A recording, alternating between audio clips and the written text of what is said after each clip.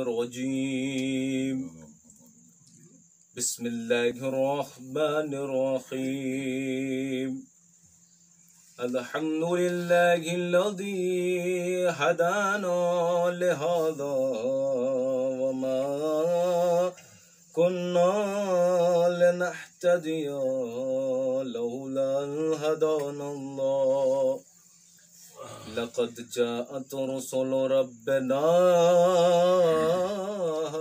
बिलहक़ अस्सलातु वस्सलामु अला रसूलिल मुसद्दद अल मुस्तफ़ल अमजद अल महमूदिल अहमद मौलाना व मौलल कौनैन जद्दुल हसन वल हुसैन अबिल क़ासिम मोहम्मद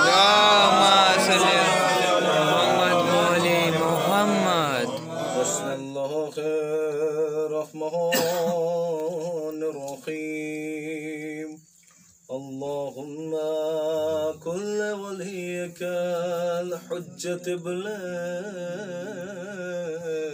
हसन सलवातुका अलैहि व अला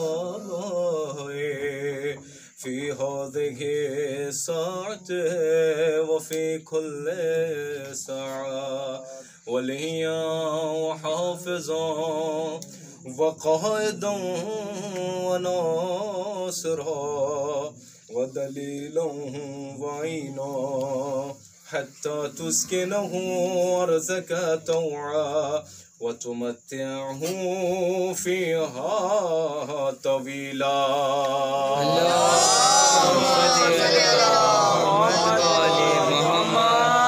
अम्मा बअद फ़क़द क़ाल रसूलुल्लाह फ़क़द क़ाल अल्लाहु तबारक व तआला फ़ी किताबिल मजीद बिस्मिल्लाहिर्रहमानिर्रहीम इन्नद्दीन इंदल्लाहिल इस्लाम। सलवात पढ़ दे मोहम्मद।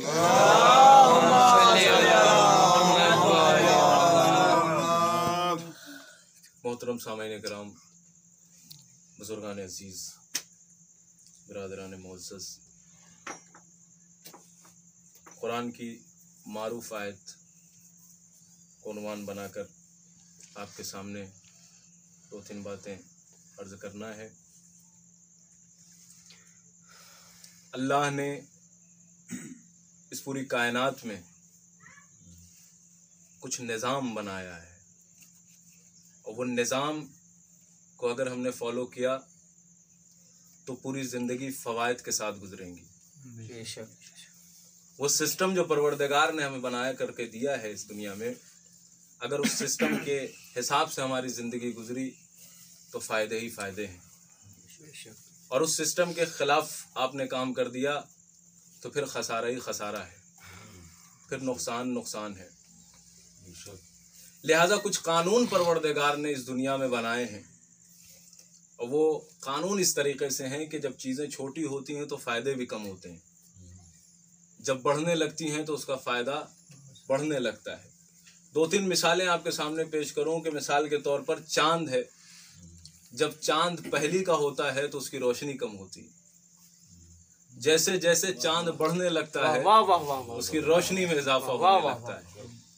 कानून तो यही है, उसूल तो यही है, निज़ाम तो कुदरत का यही है कि चांद जब पहली का था तो मुख्तसर था, चांद जब पहली का था तो छोटा था।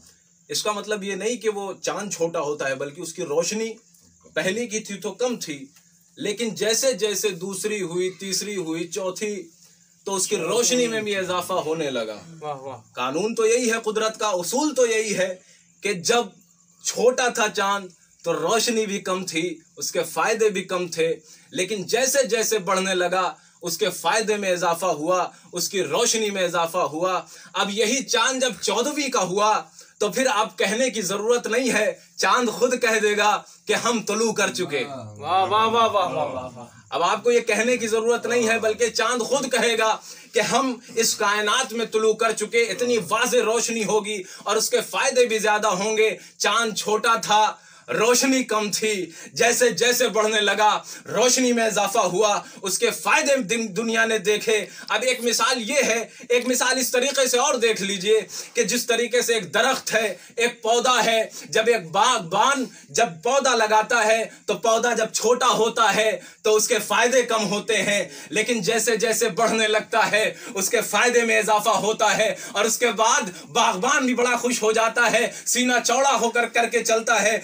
कि जैसे जैसे ये दरख्त बड़ा होगा इसके साए में भी इजाफा होगा, ये फल भी दुनिया को देगा। इसी तरीके से वो खुश होता हुआ नजर आता है, क्योंकि जब पौधा छोटा था, जब दरख्त छोटा था तो उसका फायदा कम था, उसका साया भी कम था, लेकिन जैसे जैसे बढ़ने लगा उसका साया भी बढ़ा, उसका फायदा भी बढ़ने लगा। दुनिया ने उसके फायदे को देखा, दुनिया ने उसके फल को खाया, दुनिया ने उसके साये को समझा। तवज्जो चाहता हूं, बागबान भी बड़ा खुश हुआ। जब चीजें छोटी होती हैं तो फायदे कम होते हैं, जब बढ़ने लगती हैं तो उसके फायदे भी बड़े ज्यादा होते हैं। अब इन सारी मिसालों को एक तरफ आप करिए, अब इन सारी मिसालों को इंसानों पे तदबीक कर दीजिए कि ए हजरत इंसान, जब तू छोटा था तो बड़ा सच्चा था। वाह वाह वाह वाह वाह वाह। जब तू छोटा था तो बहुत सच्चा था, तेरे ईमान भी बड़ा खूबसूरत था, तेरा इस्लाम भी बड़ा खूबसूरत था, तेरी नेकियां भी बड़ी वाज़ेह थी, तू सिले रहमी नहीं जानता था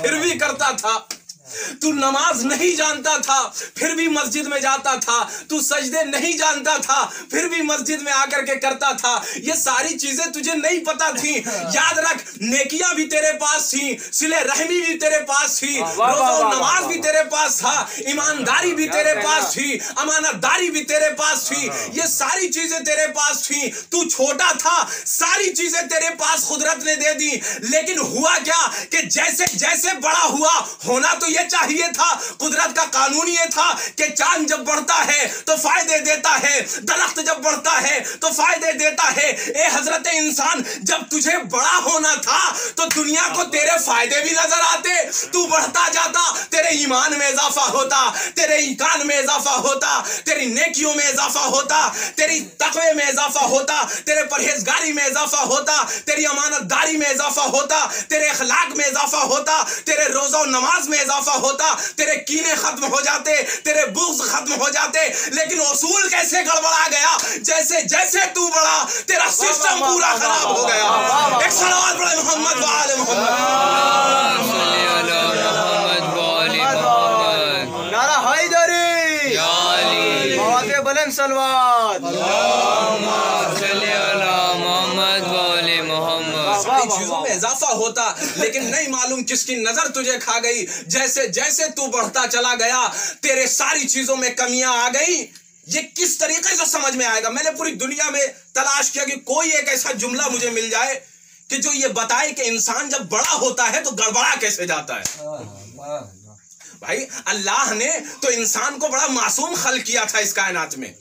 बच्चा था तो बड़ा मासूम था, दुनिया मासूम कहती थी, लेकिन जैसे जैसे बढ़ा तरक्की होनी चाहिए थी ना। जैसे दरख्त में तरक्की हुई, जैसे चांद में तरक्की हुई, इसी तरीके से इंसान जैसे जैसे परवान चढ़ता उसके सारी चीजों में तरक्की होती। लेकिन ये तरक्कियां रुक कैसे गई? ये सारी चीजें, बहरहाल जब मैंने मुतालिया किया, दीन इस्लाम की सारी किताबों को छाना, तो मुझे एक हदीस नजर आई। किसकी हदीस? अमीर कायनात अली इब्न अबी तालिब अलैहिस्सलाम। एक हदीस बड़ी प्यारी इसकी नजर आई। असल में मसला ये है कि आज का जो जमाना है, हमने अपने दरमियान में सारी बुराइयों को इकट्ठा कर रखा है।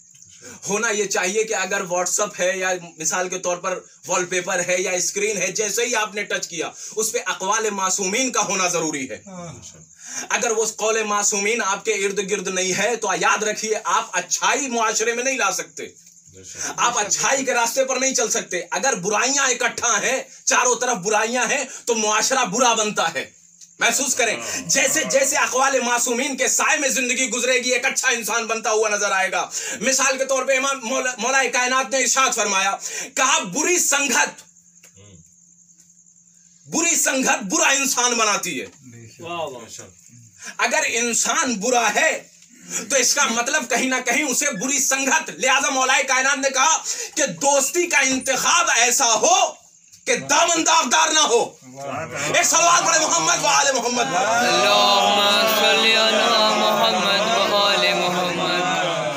याद रखिए जैसा माहौल मिलेगा वैसा वैसा इंसान बनता चला जाएगा। महसूस करिए हवा जब चलती है, हवा जब चलती है तो याद रखिए माहौल के हिसाब से तब्दील हो जाती है। महसूस करें आप किस तरीके से कि अगर हवा गंदगी के रास्ते से चली तो फिर गंदगी लेके चलती है, बदबू लेके चलती है, और अगर अच्छाई के रास्ते पर और खुशबूदार रास्ते से हवा गुजरी तो खुशबू लेकर के जाएगी और फैलाते हुए जाएगी। महसूस करिए ये कैसे हवा का बदलाव कैसे है, महसूस करें हवा का बदलाव कैसे। एक मंजिल तक आपको लेकर के जाना चाहता हूं हवा का बदलाव किस तरीके से है, क्योंकि हवा तो सादी थी। महसूस करें इस चीज को देखिए कि जब हवा चली तो सादी थी, उसके माहौल में कैसे चेंजेस आए। कहा ये माहौल ने खराब किया। खुशबूदार माहौल से चली तो खुशबू लेके, बदबूदार माहौल से लेकर के चली तो बदबू लेकर के, ये हवा माहौल के हिसाब से तब्दील होती है। याद रखिए अल्लाह ने बच्चे को बड़ा सादा खल किया है। अब जैसा जैसा माहौल मिलता चला जाएगा वैसी ही परवरिश होती चली जाएगी।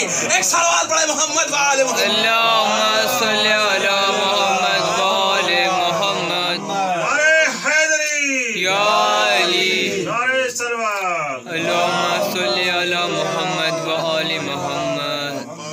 अगर माहौल अच्छा मिल गया तो याद रखिए, लिहाजा जरूरी है। बड़ा खूबसूरत जुमला मेरे उस्ताद कहा करते थे कि जिस तरीके से इंसान अपने बच्चों की परवरिश घर में करता है उसे चाहिए कि पड़ोसियों के भी बच्चों की उसी तरीके से परवरिश करे।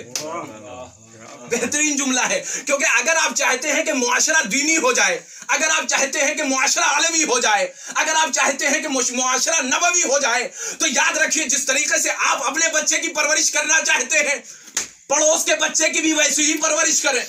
क्योंकि याद रखिए अगर उसकी परवरिश आपने बाहर रह करके किसी गैर के बच्चे की परवरिश सही नहीं की तो कल आप भी नुकसान उठाएंगे। महसूस करें कल आप भी नुकसान उठाएंगे। लिहाजा जरूरी है कि अपने मुआशरे को अगर अलवी और दीनी मुआशरा बनाना है तो परवरिश भी अपने बच्चे के मुताबिक दूसरे की भी होनी चाहिए। एक सवाल पढ़े मोहम्मद वाले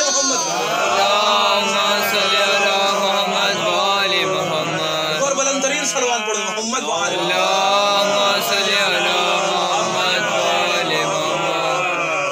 लिहाजा जरूरी है, लिहाजा ये फर्शे अज़ा ये सारी चीजें हमें उस रास्ते की तरफ बढ़ाती हैं। तवज्जो चाहता हूं, हमें उन तमाम हिदायत की तरफ बढ़ाती हैं जो एक इंसान के अंदर पाई जानी चाहिए। मिसाल के तौर पर अभी लिहाजा एक चांद का मसला था कि चांद जब छोटा होता है और बढ़ने लगता है तो तरक्की होने लगती है, रोशनी में इजाफा होने लगता है।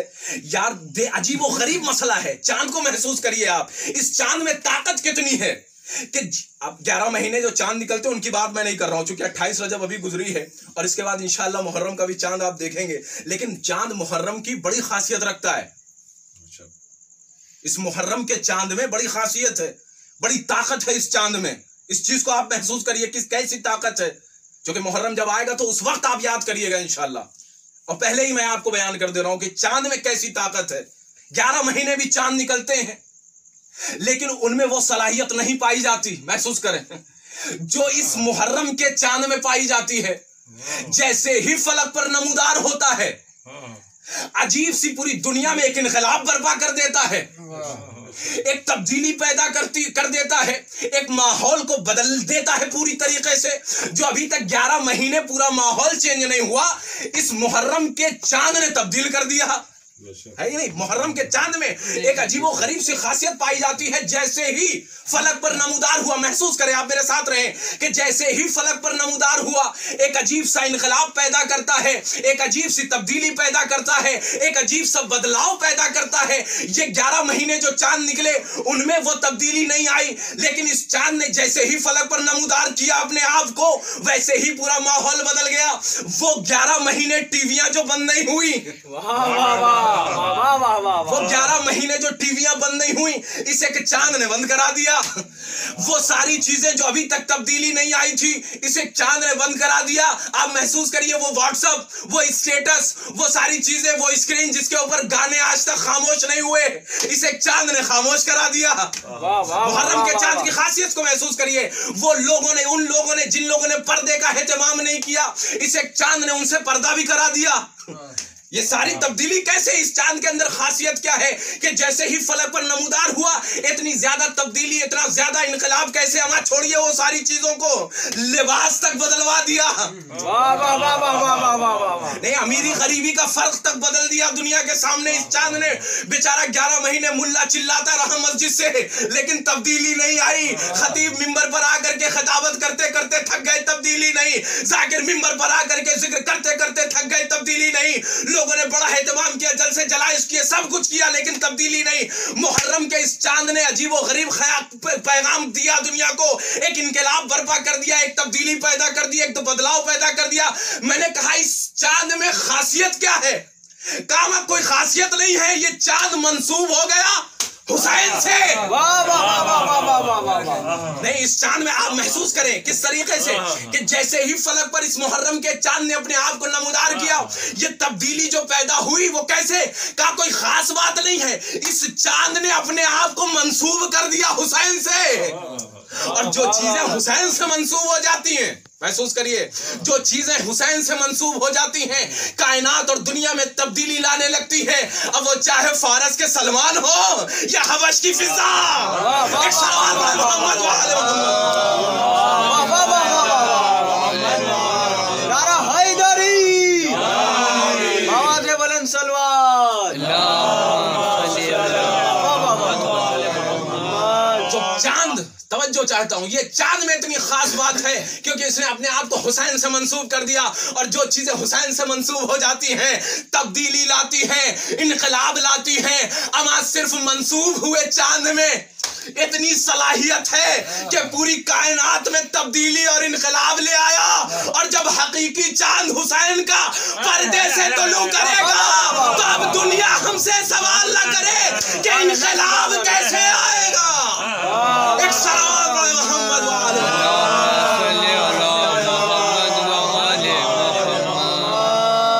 दुनिया हमसे सवाल न करे, दुनिया हमसे सवाल न करे। ये जब इस मंसूब में इतनी ताकत है तो उस हकीकत में कितनी ताकत होगी। एक सवाल बड़े मोहम्मद वाले मोहम्मद।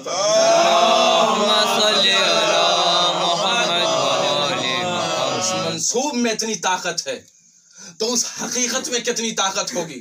लिहाजा ये सारी चीजें तब्दीली लाती हैं। जो भी चीज जो इनके पास आ गया वो इनका हो गया, लिहाजा पूरे वजूद के साथ आना पड़ेगा। ये फर्शे अज़ा, ये मुहर्रम, ये मजलिसें हमें एक दर्जा आगे बढ़ाने के लिए आती हैं।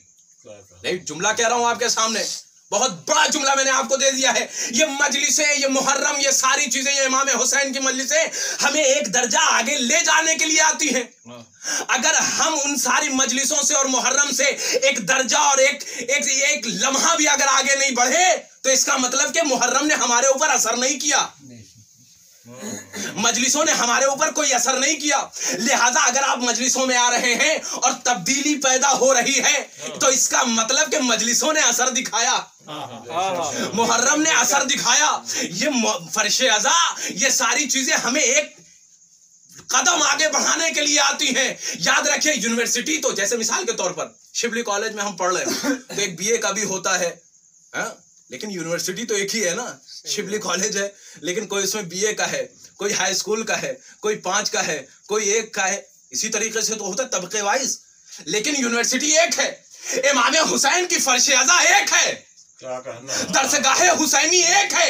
इसका बैठने वाला हर अज़ादार बराबर भी नहीं है। नहीं, महसूस करें, जो भी अज़ादार यहाँ बैठता है बराबर नहीं है। कोई बहुत आगे है, कोई उससे नीचे है, कोई उससे नीचे है, और जो सबसे नीचे उसे चाहिए कि हर मुहर्रम के बाद एक लम्हा ऊपर आ जाए। एक सलावत पढ़े मोहम्मद वाले मोहम्मद।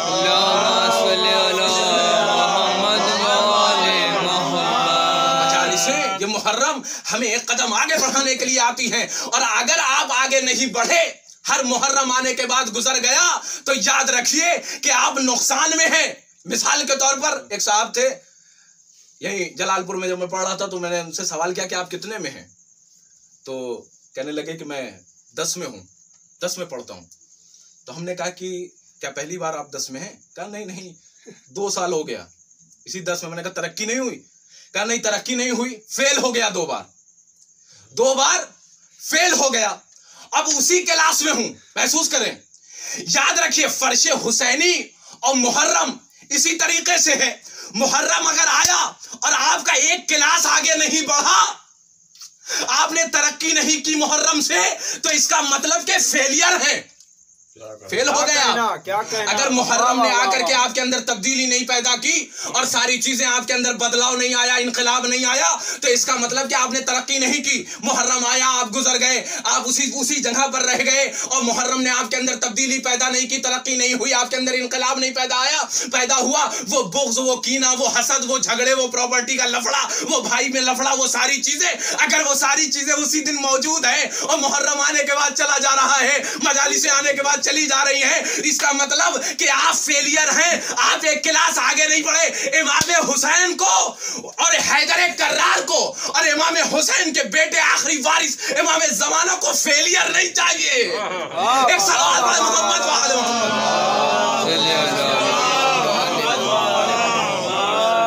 फेलियर नहीं चाहिए, पास चाहिए।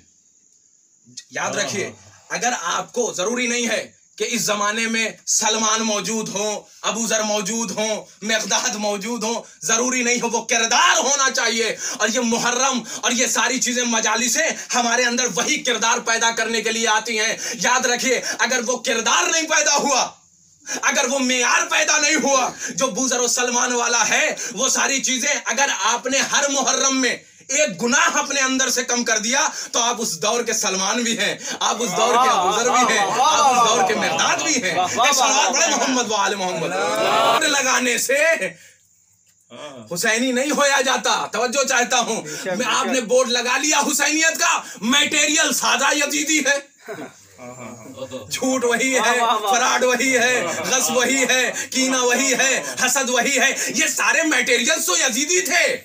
आपने हुसैनियत का बोर्ड लगा दिया बड़ा खूबसूरत सा। ये तो वही बात हुई कि मैंने एक साहब से कहा जाइए थोड़ा दूध लेते आइए, तो वो गए, दूध का बोर्ड लगा हुआ था, अंदर जैसे कि भैया दूध दे दीजिए, कहने नहीं दूध नहीं दवा है। तो आप दवा ले लिया। मैंने कहा ये क्या कर रहे हैं आप? अगर आपको दूध बेचना था, नहीं महसूस करें, अगर आपको अब दवा बेचना था तो बोर्ड भी आपको दवा का लगाना चाहिए था। याद रखिए, बोर्ड अगर हुसैनी है तो यजीदी मटेरियल अच्छा नहीं लगता। एक सलावत पढ़े मोहम्मद व आले मोहम्मद।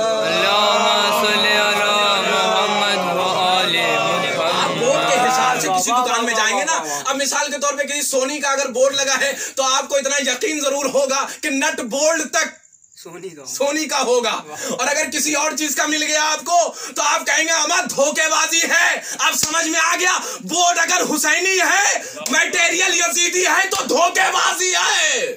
एक सलावत पढ़े मोहम्मद व आले मोहम्मद।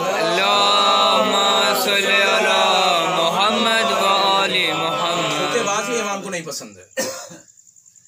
अपने अंदर वो इनकलाब, ये सारी मजालिसें, ये जुलूस, ये सब कुछ, ये सारी चीजें हमें आगे बढ़ाने के लिए, एक कदम आगे बढ़ाने के लिए, क्योंकि इनकलाब इमाम हुसैन अलैहिस्सलातु वस्सलाम और क़याम इमाम हुसैन अलैहिस्सलाम हमें कदम, एक कदम, दो कदम हमेशा बढ़ने के लिए, आगे बढ़ने के लिए, तरक्की देने के लिए। अब महसूस करिए, जब मदीने से इमाम हुसैन अलैहिस्सलातु वस्सलाम निकले हैं तो इमाम ने कहा इस्लाह करने के लिए निकल रहा हूं, लेकिन वजह क्या बनी कि इमाम का यह क़याम शुरू हुआ। आप देखें, इस चीज को महसूस करिए, बड़ा अजीब और गरीब है कि इतनी तकारीर, इतना सब कुछ इमाम दे रहे हैं, उसके बावजूद भी लोग इमाम से करीब नहीं हो रहे। वजह क्या है? क्योंकि हकीकी दीन लोगों ने भुला दिया। महसूस करें, हकीकी दीन लोगों ने भुला दिया। अच्छाई को लोग अच्छाई नहीं समझते, बुराई को अच्छाई समझा जा रहा है। वो सारे एहसासात खत्म हो गए जो शराब पीने के बाद आज एहसास होता है कि हमने गलत किया। ये इमाम हुसैन की करबला के सदक़े में है। क्या कहना, ये एहसास खत्म कर दिया था यजीदियों ने कि गुनाह करने के बाद गुनाह का एहसास नहीं होता था, पशेमानी का एहसास नहीं होता था, शर्मिंदगी का एहसास नहीं होता था। लेकिन करबला में इमाम हुसैन ने बता दिया कि करबला के बाद जो भी गलती करेगा गलत समझ के करेगा, समझ जाएगा कि मैंने गलत किया है। लिहाजा दो तरीके के लोग मिलते हैं करबला के मैदान में, जो अपनी गुनाहों पे अड़ा रहा हुरमुला बना, और जो अपनी गुनाहों पे पशेमान हुआ हुरमुला। एक सलावत पढ़े मोहम्मद व आले मोहम्मद। लिहाजा खर्क दो चीजों में होता है इंसान, या आग में होता है या पानी में होता है। महसूस करिए, पानी में। इस्लाम अगर किनारे होता, महसूस करें इस चीज को आप, इस्लाम अगर किनारे होता दरिया के या आग के, तो उसे बचाया जा सकता था, हाथ दे करके निकाल लिया जाता, ज्यादा कुर्बानी देने की जरूरत नहीं थी। लेकिन याद रखिए, दौरे यजीद में इस्लाम बीच समंदर में था, डूब रहा था, गर्क हो रहा था, और यह समंदर यजीदी का इतना बड़ा था कि कोई भी इस समंदर में जाने के लिए तैयार नहीं। अगर गए तो यह समंदर हमें भी ले डूबेगा। महसूस करिए, बहुत अजीब और गरीब जुमला आपके कहां ले जा रहा हूं मैं, कि अगर इस समंदर में कोई भी आया, ये जो यजीद का समंदर था, यजीद का जो जाल फैलाया हुआ था, इस समंदर में अगर कोई भी आता तो डूब जाता। इस खतरे से हर किसी ने अपने दरवाजे को बंद कर लिया। महसूस करें, हर किसी ने अपने दरवाजे को महसूस कर लिया। अब इस्लाम बीच समंदर में हाथ मार रहा है, पैर मार रहा है, लोगों के गुहार लगा रहा है कि मुझे बचा लो, मुझे बचा लो, मुझे बचा लो। लेकिन कोई भी जो इस समंदर में जाने के लिए तैयार नहीं है, क्योंकि समंदर इतना गहरा है कि अगर गए तो डूब जाएंगे। तवज्जो चाहता हूं, गर्क हो जाएंगे। ये इस्लाम आवाज लगाते हुए अरब में पहुंचा। महसूस करिए, अरब में पहुंचा। हर अरबियों ने अपने दरवाजे को बंद कर लिया कि यह समंदर इतना गहरा है, और गर्क होते हुए इस्लाम को अगर हम बचाने गए तो डूब जाएंगे, हम भी गर्क हो जाएंगे, हम इसे बचा नहीं पाएंगे। समंदर, यजीदी समंदर से डरता हुआ आदमी कोई भी उसके करीब नहीं गया। लिहाजा इस्लाम गुहार लगाता हुआ, ये कहता हुआ कि मुझे बचा लो, मुझे बचा लो, मुझे बचा लो। अरब में पहुंचा, अरब के बाद मक्के में पहुंचा, मक्के के बाद मदीने में पहुंचा। सारे दरवाजे बंद कर दिए गए। लेकिन हाँ, जब उस कबीले में पहुंचा जहां पर 1400 साल से एक शख्स और उसका पूरा खानदान हमेशा इस्लाम को बचाने के लिए खड़ा रहा, वो अबू तालिब का जियाला अपने दरवाजे को खोले खड़ा रहा, जिसे हुसैन कहते हैं। एक मर्तबा इस्लाम से कहा, घबराना मत, मैं डूब जाऊं भले ही डूब जाऊं, मैं गर्क हो जाऊं भले मैं गर्क हो जाऊं, अब्बास का बाजू देना पड़े तो दूंगा, कासिम की जवानी देनी पड़े तो देनी पड़ेगी, अकबर की जवानी देना पड़ा तो देना पड़ेगा, असगर का गला देना पड़े तो देना पड़ेगा। ये सारी चीजें करके इस्लाम में तुझे डूब करके बाहर निकालूंगा। एक सलावत पढ़े मोहम्मद व आले मोहम्मद। बंद कर दी, क्योंकि अब तकारीर का कोई फायदा नहीं है, अब खुतबात का कोई फायदा नहीं है, अब मिंबर का कोई फायदा नहीं है, अब मस्जिद का कोई फायदा नहीं है, क्योंकि इमाम ने इन सारी चीजों पे हर तरीके से पैगामात को पहुंचा दिया था। लिहाजा इमाम अब समझ गए कि मुआशरा इस तरीके से जाहिल हो गया है, अब बयान की जरूरत नहीं है, अब कुर्बानी की जरूरत है। महसूस करिए, अब कुर्बानी की जरूरत है। एक शख्स आया इमाम से, कहने लगा, मौला आप इस कदर लोगों को आवाज दे रहे हैं, इस कदर लोगों के लिए खुतबे दे रहे हैं, लोग आपकी तरफ आते क्यों नहीं है? इमाम ने एक जुमला फरमाया, बड़ा खूबसूरत तारीखी जुमला है, महसूस करिए। कहा, मुलियत बुतूनकुम मिनल हराम, जिसके पेट माले हराम से भर गए हो, नहीं महसूस करें, जिसके पेट माले हराम से भर गए हो, उसे इमाम की और मासूमीन की और कुरान की बात समझ में नहीं आती। जुमला आपके हवाले दे रहा हूं, उसको इमाम की बात और मासूमीन की बात और कुरान की बात समझ में नहीं आती, चाहे उस दौर का यजीद रहा हो या आज का वसीम रहा हो। एक सवाल पढ़े मोहम्मद वाले मोहम्मद,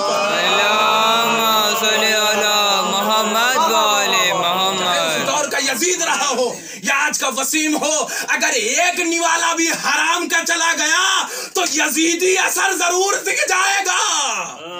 एक सवाल पढ़े मोहम्मद वाले मोहम्मद, यजीदी असर जरूर दिख जाएगा। लिहाजा तब्दीली, ये सारी मजालिसें, ये क़याम इमाम हुसैन, हमारे अंदर तब्दीली और बदलाव और इनकलाब लाने जो चीजें भी इमाम हुसैन से मंसूब हो जाएं, चाहे वो फर्श अज़ा हो, चाहे वो मिंबर हो, जो भी चीजें हों वो इनकी हो जाती हैं। अब मिंबर शिफा क्यों देता है, अब अलम शिफा क्यों देता है, ये तबर्रुक इमाम हुसैन शिफा क्यों देते हैं? क्योंकि ये सारी चीजें इमाम से मंसूब हो गई हैं, और जो चीजें इमाम से मंसूब हो जाती हैं वो शिफा देने लगती हैं। लिहाजा हमें चाहिए कि अपने पूरे वजूद के साथ इमाम के हवाले कर दें, क्योंकि इमाम ये लश्कर जो सिर्फ दुनिया ने देखा कि करबला में 72 आए हैं, नहीं, इमाम वो होता है जो नब्ज़े कायनात पर निगाह रखता है।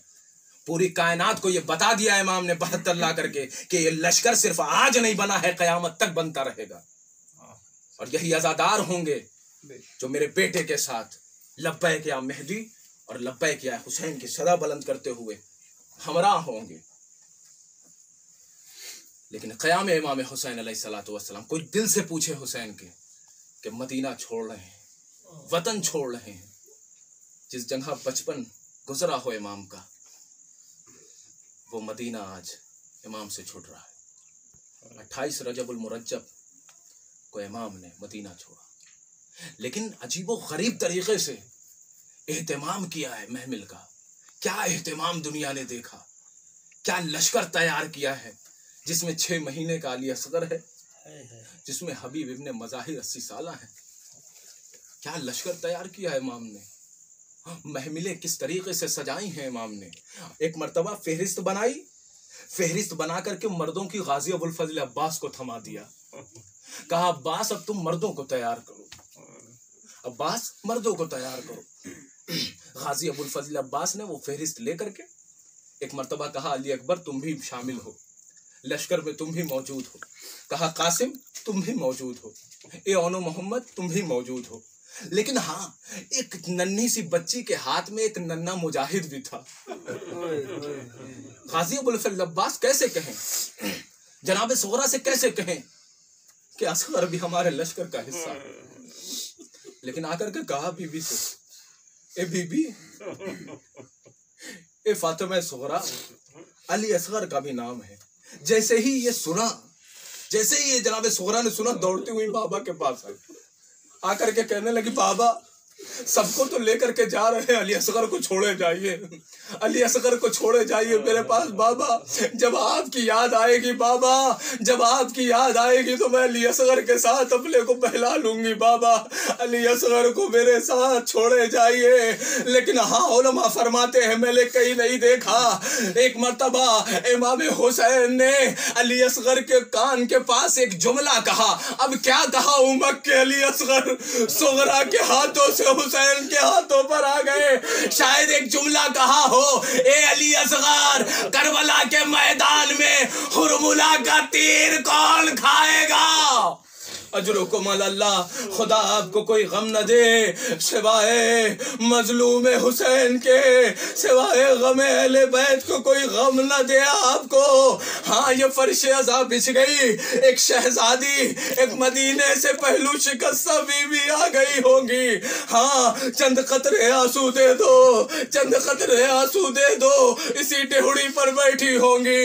अजरुकुम अल्लाह, खुदा आपको कोई गम न दे। हाँ, सुन लीजिए, सबको तैयार किया गया, महमिलें तैयार की गई। एक मर्तबा मसनद पर हुसैन बैठ गए। आवाज आई कि उस हसन की बेवा आ रही है। एक मर्तबा कासिम से कहा कासिम जाओ अम्मा को सवार करो। अजरुकुम अल्लाह, जाओ अम्मा को सवार करो, जाओ अम्मा को सवार करो। एक मर्तबा आवाज आई कि उम्मे लैला आ रही है। एक मर्तबा अली अकबर से कहा, ए अली अकबर जाओ माँ को सवार करो। हाँ, अली अकबर गए, माँ को सवार किया। इसी तरीके से बीवियां सवार होती रही। आखिर में आवाज आई कि अली की बेटी कुलसूम आ रही है, अली की बेटी कुलसूम आ रही है। एक मर्तबा गाजी अबुल फजल अब्बास से कहा अब्बास आगे बढ़ो, अब्बास आगे बढ़ो। एक मर्तबा गाजी अबुल फजल अब्बास आगे बढ़े। आगे बढ़ने के बाद एक मर्तबा कुलसूम को सवार किया, सवार कर दिया। फिर मुनादी ने दादी अब अली की बड़ी बेटी ज़ैनब आ रही है। अब जैसे ही हुसैन ने ज़ैनब का नाम सुना, मसनद छोड़ दी, खड़े हो गए। बनी हाशिम के जवानों ने हल्का किया।